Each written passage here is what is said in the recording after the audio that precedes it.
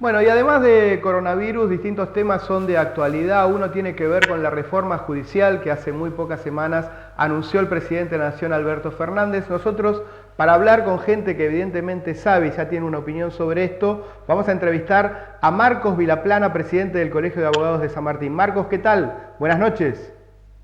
Buenas noches, gracias por la invitación, encantado de poder charlar con ustedes.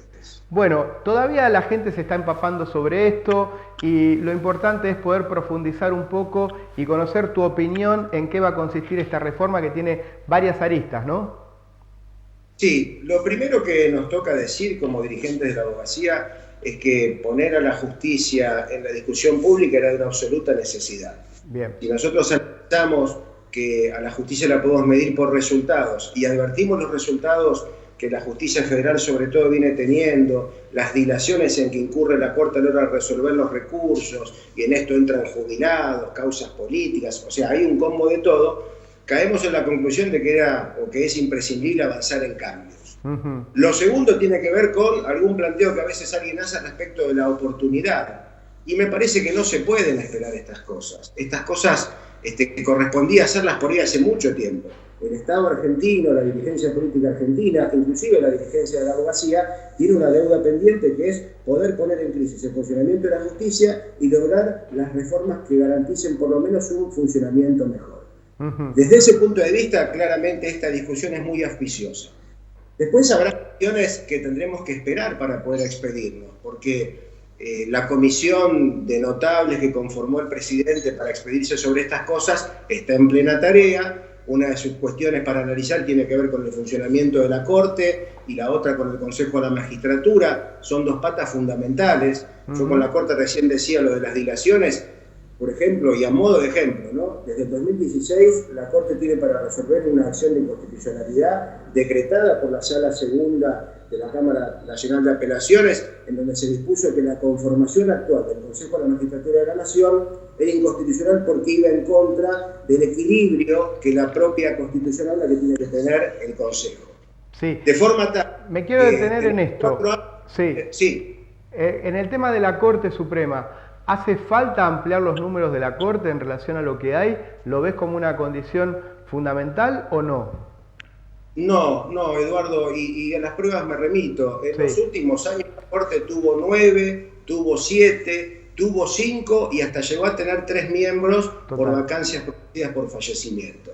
Y la verdad que ninguna de esas conformaciones, ni cuando tuvo 9, ni cuando tuvo 3, la Corte tuvo un funcionamiento aceptable, sobre todo en lo que tiene que ver con la cantidad de causas que manejan y se acumulan y que van saliendo, y a veces uno no advierte cuál es el motivo de que algunas causas se aletalen y otras no. Entonces me parece que esa es la gran cuestión a tratar. Claro. 5, 7 o 3, la prueba dio que daba exactamente lo mismo. Y la Corte es una sola.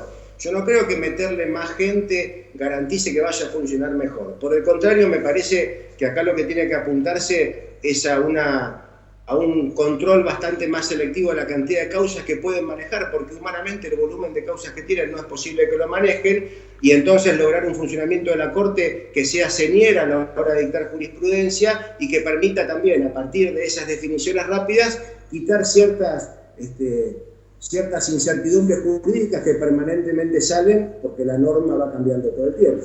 Bueno, entre las cosas que en general reclama la gente a este poder del Estado, por un lado tiene que ver con causas que nunca se terminan de definir, la impunidad y también la celeridad, porque la justicia que no llega nunca parece no ser justicia.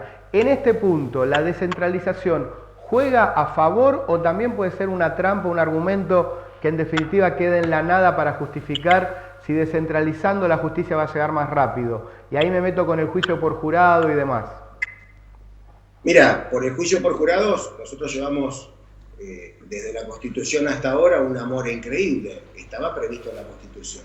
Claro. Respecto de la posibilidad de que sea más rápida la justicia, si vamos a crear más juzgados y más fiscalías y las vamos a dotar de recursos, evidentemente esto debiera redundar en un mejor funcionamiento, pero si no nos quedamos solamente en eso. Claro. Si además también trabajamos sobre los procedimientos, sobre las vías recursivas, acotar, o mejor dicho, determinar claramente cuántos son los plazos máximos en que debiera expedirse la justicia. Digo, todo esto va de la mano, no es una solución crear más juzgados. Es crear más juzgados por un lado, dotarlos de la infraestructura necesaria, porque también la otra cuestión es, si vos creás juzgados y no los dotás de la infraestructura, agravaste el problema, y por supuesto mejorar los procedimientos. Y en esto, yo te decía, el debate que se produce va a ser muy rico porque además permite que se expidan también los distintos órganos que son los operadores del sistema, la opinión de los abogados a través de la expresión que podamos tener en la Federación Argentina de Colegios de Abogados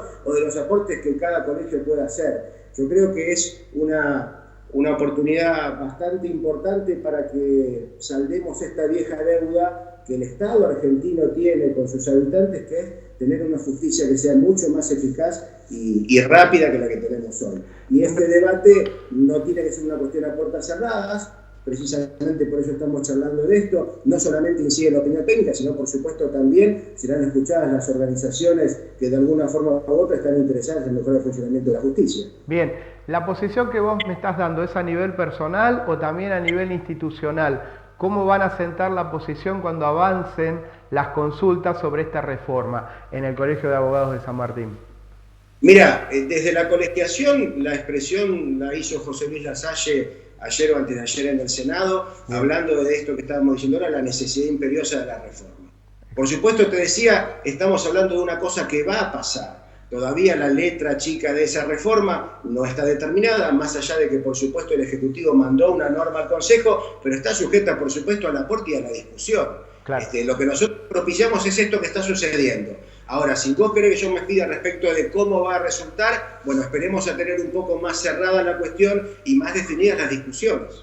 Bien, bueno, algo más que podamos precisar sobre esto para que la gente entienda, está clara tu posición favorable al debate y a que efectivamente se lleve a cabo. Yo me preguntaba si respecto de alguna reforma del gobierno de Cristina, que en su momento se quiso hacer, ¿esto se parece o no tiene nada que ver?